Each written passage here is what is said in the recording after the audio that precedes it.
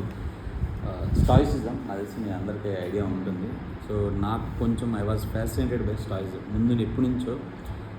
Last week అది book దొరికినప్పుడు తీసుకున్నాను. ఇంతకుముందు జెన్ బుక్స్ తీసుకొని చదివేవాడిని మోస్ట్లీ.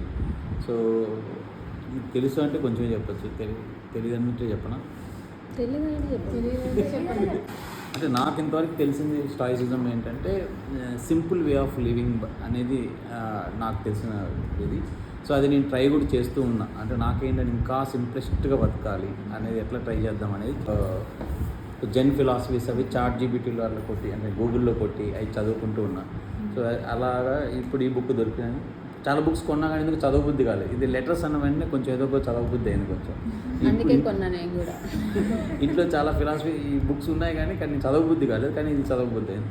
సో తర్వాత దీన్ని డిక్ చేయడం స్టార్ట్ అయితే ఇట్స్ ఏ స్లేవ్ మెంటాలిటీని వాళ్ళకి మోటివేషన్ చేయడం కోసం ఒక ఏథెన్స్ అనే రోమ్ చేయట ఒక స్టాయ్ అనే ఊరు దగ్గర, దట్ ఈస్ ఊరి పేరు యాక్చువల్లీ స్టాయిక్ అనేది.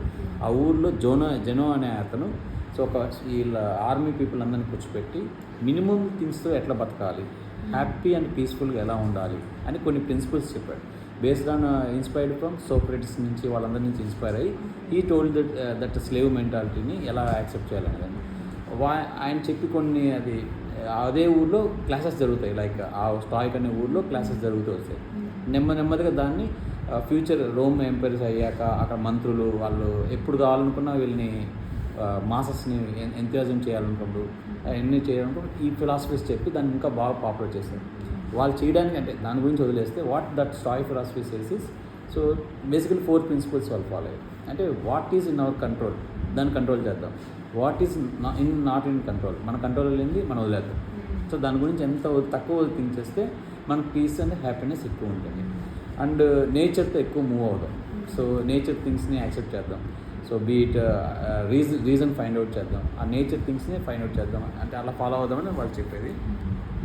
అంటే ఎందుకు అలా చెప్పాల్సి వచ్చిందని నాకు ఇప్పుడు అర్థమైంది. అంటే లాజికల్గా థింక్ చేస్తే వాళ్ళు ఆ టైంలో అందరు కంపేర్ చేసుకొని మాకు అది లేదు ఇది లేదని ఫీల్ అయ్యి డిప్రెషన్కి వెళ్ళి ఫైట్ చేయకుండా ఉంటారు ఆ స్లేవ్స్ని. వాళ్ళు మోటివేట్ చేయాలంటే అవన్నీ వదిలేసినా మనం హ్యాపీగా ఉండొచ్చు, మనం ఏది ఇస్తే అది యాక్సెప్ట్ చేయాలి.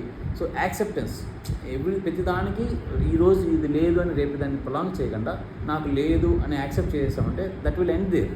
సో అలా యాక్సెప్టెన్స్ని మీరు ఎక్కువ తీసుకోండి, అప్పుడు next you can move on and don't compare lifes అనేది బేసిక్గా ఇంకా కావాల్సిన. మనందరికీ ఇప్పుడు లైఫ్లో కూడా ఏదో నెగిటివ్ థింగ్స్ జరిగాయి అనుకోండి, దాని సఫరింగ్లో లెవెల్కి ఎప్పుడు వెళ్తుంది, దాన్ని డీప్గా రేపటి థింక్ చేసి ఉండదు. దాన్ని యాక్సెప్టెన్స్ చేస్తాం అనుకోండి, ఆ సఫరింగ్ లెవెల్ ఇక్కడికే అయిపోతుంది. అదే మేజర్గా స్టాయిజం చెప్పేది. అండ్ దాన్ని బాడీని పనిష్ చేయండి బాగుంటుంది. So this is what I like in stoicism. బాడీని ఫుల్ పనిష్ చేయండి, బ్రెయిన్ ఫుల్ రిలాక్స్గా ఉంచండి. సో బాడీని కంఫర్ట్స్ ఇచ్చేసి బ్రెయిన్కి స్ట్రెస్ ఎక్కువ ఇవ్వకండి, మనం చేస్తున్న ఆపోజిట్. సో దీంట్లో ఆయన జెనో అయిపోయిన తర్వాత రోమ్ ఎంపైర్లో ఈ సెనెస్ అనే ఒక మంత్రి ఈయన. సో ఈయన ఈ ఆల్సో అంటే ఎవ్రీ జనరేషను దీన్ని ప్రిన్సిపల్స్ని పెంచుకుంటూ పోతూ ఉన్నారు. అంటే దాన్ని ఇంకొంచెం స్ప్రెడ్ చేయడం, ద యాడ్ మోర్. సో ఈయన ఆల్మోస్ట్ రిటైర్డ్ టైంలో వాళ్ళ ఫ్రెండ్కి లెటర్స్ ద్వారా రాశాడు, ప్రతి టాపిక్ మీద రాశాడు అనమాట. అది 124 లెటర్స్. సో దాంట్లో 74 లెటర్స్ ఆన్ పాజిటివ్నెస్, మిగతా remaining letters on negative things in life, how to face that. అది ఈ బుక్లో లేదు, ఓన్లీ 74 థింగ్స్ ఉంది. సో ఇప్పుడు దీన్ని కొంచెం నేను చదివింది ఒక 5 టాపిక్స్ చదివాను, అంటే మనకు కొంచెం రిలేటబుల్గా ఉండేది. అది ఒక్కటి చెప్తాను. సో లైఫ్ ఎప్పుడు కూడా నేచర్ లాస్తో ఈక్వల్గా ఉంటే మనం చాలా హ్యాపీగా ఉంటాము. Majorly peaceful and happiness. So first letter is on saving time. So time గురించి యాక్చువల్గా అందరికీ తెలిసిందే. ఆ టైంలో ఆయన రాశాడు అంటే ఈ రోజుకి. సో అందరికీ ఉన్న ప్రీషియస్ గిఫ్ట్ టైం. సో దాన్ని ఎక్కువ యూటిలైజ్ చేసుకొని మనం ఎప్పుడు లేనిది కంపేర్ చేస్తాం, కానీ గాడ్ ఈక్వల్గా అందరికి టైం ఇచ్చాడు. సో అండ్ లైఫ్లో మోస్ట్ ప్రీషియస్ అది, దాన్ని ఎక్కువ మనం చేయట్లేదని అదొకటి చెప్తాడు. ఇంకంత మించి ఇంకేం లేదు టైం గురించి, saving time. So set your self free for your own sake, gather and save your time. And మనము ఎప్పుడు కూడా లైఫ్లో ఏమనుకుంటామంటే బాగా బతుకుదాం అని ఎక్కువ మనం most of the time waste చేస్తాం అన్నమాట. ఆ వేస్ట్ అండ్ ఇంకా మెజారిటీ ఆఫ్ ద లైఫ్ ఎక్కడ వేస్ట్ అవుతుంది అంటే ఆన్ బెడ్ అండ్ ఇల్ హెల్త్లో ఉన్నప్పుడు మనం వీ డూ నథింగ్. మనం ఏదో లైఫ్ వస్తుందని ఆ 3 days హాస్పిటలైజ్ అయిన 3 days ఇంకా బాగా వేస్ట్ చేస్తూ ఉంటాం. సో అంటే ఇతనే చెప్తాడు, నేనేదో బాగా టైం యూటిలైజ్ చేస్తున్నాను, మిమ్మల్ని చేయట్లేదని అంటే ఒక ఫ్రెండ్కి లెటర్ రాస్తున్నట్టు డిస్కషన్ జరుగుతుంది. నేనేదో బాగా యూటిలైజ్ చేస్తున్నాను, అందరం టైం వేస్ట్ చేస్తాను, నువ్వు కానీ నేను కానీ టైం వేస్ట్ చేస్తాము. సో కానీ మీరన్నా నెక్స్ట్ జనరేషన్ అన్న కొంచెం టైంకి వాల్యూ ఇవ్వండి. మీకు ఎప్పుడు కూడా ఈక్వల్ గిఫ్ట్ ఎప్పుడు ఉంటుందంటే టైం ఉంటుంది. సో దాన్ని మనం మిగతా అన్నీ కూడా మనం తెచ్చుకోవచ్చు, డబ్బులు పోయినా ఏ పోయినా తెచ్చుకోవచ్చు, టైంని ఎక్కువ పోగొట్టుకోకండి అనేది ఒకటి. సో నెక్స్ట్ ఇది ఎక్కువ ఉందన్నమాట, బాగా ఇది మన బుక్స్ క్లబ్కి బాగా యూజ్ అవుతుంది అనమాట.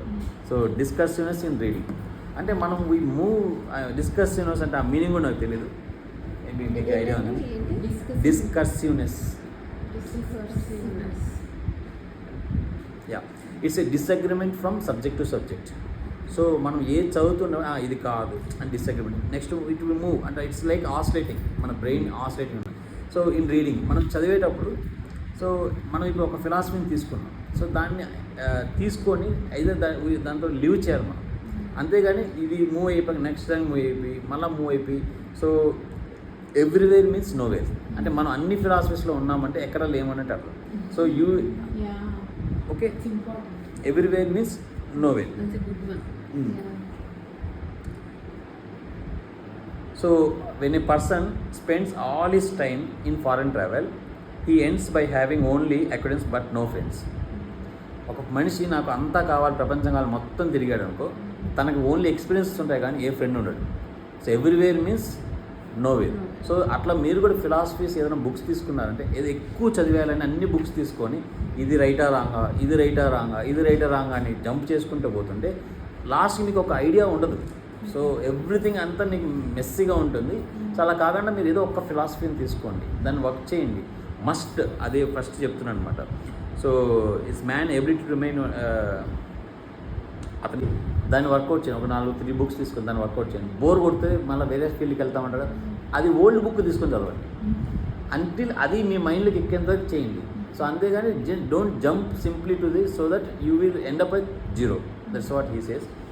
అండ్ మళ్ళీ దీంట్లో అన్నెసరీగా what is the proper limit to డబ్బుల గురించి రాశాడు, పోవర్టీ అంటే ఏంటి అని. So contented poverty is an honourable estate. ఈ స్టేట్మెంట్ నాకు చాలా బాగా నచ్చింది. Contented poverty is an honourable estate. So means మీకు అర్థమైంది అంటే కంటెంటెడ్ పోవర్టీ అంటే your okay, yeah, your accepted poverty is almost equal honourable estate. నీకు మొత్తం గ్రాండ్ లుక్ ఉన్నట్టు. So it's not like wealth అనేది డిసైడ్ చేయదు. సో అది, so what is necessary first మీకుండి, and second what is enough మీకుంటే చాలు, యు ఆర్ వెల్తీ పర్సన్ అనేది ఇతని కంక్లూషన్. సో ఇది నెక్స్ట్ ఫ్రెండ్షిప్స్ గురించి చెప్పాడు, ఫ్రెండ్షిప్ గురించి. సో మోస్ట్లీ అందరూ ఏంటంటే ఫ్రెండ్ అని చెప్పేస్తారు, తనకి సీక్రెట్స్ చెప్పకూడదు అనుకుంటారు. సో తనకి ఏం తెలియగానే చేద్దాం అనుకుంటారు అనమాట. సో ఇట్స్ లైక్ కన్ఫ్యూజ్ అవుతున్నారు అంటాడు, కాంట్రడిక్టరీ థింగ్స్ అంటాడు. సో మనం మీరేంటి ఫ్రెండ్షిప్ చేయకముందే 10 సార్లు చెక్ చేసుకోండి, అతను ఫ్రెండ్గా నాకు ఎలిజిబులా లేదా, తనకు చెప్పాలా లేదా అని. అంటే అతను ఫస్ట్ ఫ్రెండ్ స్టేటస్ ఇచ్చే ముందరే చాలా థింక్ చేయండి. ఫ్రెండ్ స్టేటస్ ఇచ్చాక అన్నీ చెప్పండి, అంతేగాని so don't tell that he is a friend and not share anything. అంటే ఇది ఎట్లా స్టార్ట్ అవుతుందంటే, ఇతను లెటర్ రాసి పంపిస్తాడు, ఒక ఫ్రెండ్ ద్వారా పంపిస్తాడు. సో నేను లెటర్ నీకు ఇస్తున్నాను, ఆ ఫ్రెండ్కి ఏం చెప్పొద్దు నేను చెప్పానని ఆ లెటర్లో రాస్తాడు. సో నువ్వేమో ఫ్రెండ్కి ఏమో ఇచ్చావు, నా ఫ్రెండ్ అంటున్నావు, బట్ ఏం చెప్పొద్దు అంటున్నావు, ఇది కాంట్రడిక్షన్ ఉంది. సో ఫస్ట్ నువ్వు కూడా బాడీ ఫస్ట్ సెల్ఫ్గా చాలా అనాలిసిస్ చేసుకో, ఒక మనిషిని డిసైడ్ చేసే ముందరే దాన్ని ఫైట్ చేయి, క్వశ్చన్ చేయి, నువ్వు వాటితో ఉండొచ్చా లేదా అని. ఒక్కసారి ఉండొచ్చని డిసిషన్ తీసుకున్నాక ఇంకా చెప్పేసే ఎవ్రీథింగ్. సో అది అంటాడు. So and it's equally faulty to trust every one and to trust no one. Okay, so and more ingeniously the latter is more safe and trust no one is more safe. So this is what he says. ఓకేనా. So ఇది బాగా నచ్చింది నాకు. అంటే చాలామంది ఎందుకంటే అందరికి friends ఉన్నారని కానీ రైట్ ఫ్రెండ్ ఎవరు ఉంటారు అనమాట. ఎందుకంటే ముందు ఫ్రెండ్స్ స్టేటస్ ఇచ్చేస్తారు అందరికీ, మళ్ళీ ఓకే అనవసరంగా ఇచ్చామని ఫీల్ అవుతారు మరి ఎందుకు. అందుకని దానికన్నా ఫ్రెండ్స్ స్టేటస్ ఇవ్వకపోతేనే బెస్ట్. ఏదో వెళ్ళి ఫ్రెండ్స్ అనుకునే కన్నా ఫ్రెండ్సే లేకుండా ఉండడం బెస్ట్. సో ఇది క్లోజ్ చేస్తాను. నెక్స్ట్ ఆన్ క్రౌడ్స్, ఇది చాలా బాగా నచ్చింది అది. అంటే how A person opinion is influenced by the crowd. అంటే మనం మన బిహేవియర్ కానీ మన థింకింగ్ కానీ మన ఇది కానీ క్రౌడ్లోకి వెళ్ళిపోతే మారిపోతుంది. ఇప్పుడు మీరు ఇండివిజువల్గా ఉన్నప్పుడు చాలా బాగుంటారు, మీ థింకింగ్ చాలా బాగుంటుంది. ఒక నలుగురిలోకి వెళ్తే మీరే యాక్ట్ చేయడం స్టార్ట్ చేస్తారు. the belief itself we will try to hide and go along with them. So అంటే he says that try to be away from the crowd. ఏం కాదు, క్రౌడ్కి చాలా దూరంగా ఉండండి. అండ్ యంగ్ ఏజ్లో యంగ్ క్యారెక్టర్ ఎప్పుడైతే మీరు డెవలప్ చేసుకుంటున్నారో క్రౌడ్లోకి అసలు వెళ్ళకన్నా. సో ఆ young character which cannot hold fast to righteousness must be rescued from the mob. Okay, it is too easy to side with the majority. Even Socrates పెద్ద పెద్ద philosophy might have been shaken in there moral strength by the crowd that was unlike them. So it is true, so true it is that none of us, no matter how much he cultivates his abilities, can withstand the shock of faults that approach as it were with so great aridity. So మనం ఎంత great అని feel అయినా కూడా, మనం ఎంత అయినా కూడా క్రౌడ్లోకి వెళ్తే ఎఫెక్ట్ అవుతాము. సో క్రౌడ్కి దూరంగా ఉండడం చాలా బెస్ట్.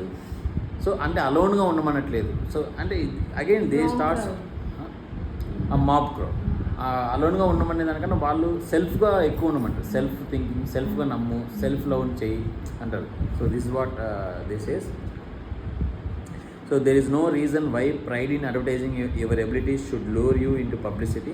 అంటే చాలా అది బయటికి వెళ్ళి మనం ఆర్టిఫిషియల్గా మనకేదో టాలెంట్ ఉందని చెప్పి ఆ పబ్లిసిటీ వచ్చేసి వాళ్ళంతా మనం మెచ్చుకోవాలని చూసి ఇదంతా చేసి we act more than we real అని. So that you should desire to recite or harness before the general public. So ఈ క్రౌడ్ని ఎంత తగ్గిస్తే బెస్ట్ అనేది this the conclusion thesis. Okay, ఇతను ఫస్ట్లో కొంచెం అంటే ఇతను చెప్పేటప్పుడు ఏంటంటే నాకు మినిస్ట్రీగా పనిచేశాను, ఇదంతా పనిచేసి నాకు ఓవర్ ఎక్స్పీరియన్స్తో చెప్తున్నాను నేను ఇవన్నీ. సో అది మీకు అంత ఈజీగా ఎక్కకపోవచ్చు నేను చెప్పేది, బట్ మీకు లేటర్ టైంలో మీకు అర్థమవుతుంది. ఎండ్ ఆఫ్ అదేదో పాయింట్ ఉంటుంది, by the time you are in my age you will then realise what I told is right. ఈరోజు అంతా అది వెరీ గుడ్ పాయింట్, అది నేను చెప్పాలనుకున్నా. అంటే ఫస్ట్లో మీకు ఏదైనా నచ్చకపోవచ్చు అంటే, బట్ నా ఎక్స్పీరియన్స్ నా ఏజ్కు మీరు ఈ టైంకి వచ్చేప్పుడు ఇదంతా రైట్ అని రియలైజ్. అది నేను మీకు ముందే చెప్తున్నాను అని చెప్తాను. ఈ ఫైట్ నాకు బాగా నచ్చింది. Most of the philosophy books similar points ఉంటాయి, కాకపోతే వాళ్ళ పర్సనల్ ఎక్స్పీరియన్సెస్ని యాడ్ చేసేసి సేమ్ పాయింట్స్ ఉంటాయి కంక్లూషన్స్. మీరు ఎన్ని బుక్లు ఎక్కినా చూడండి, మనం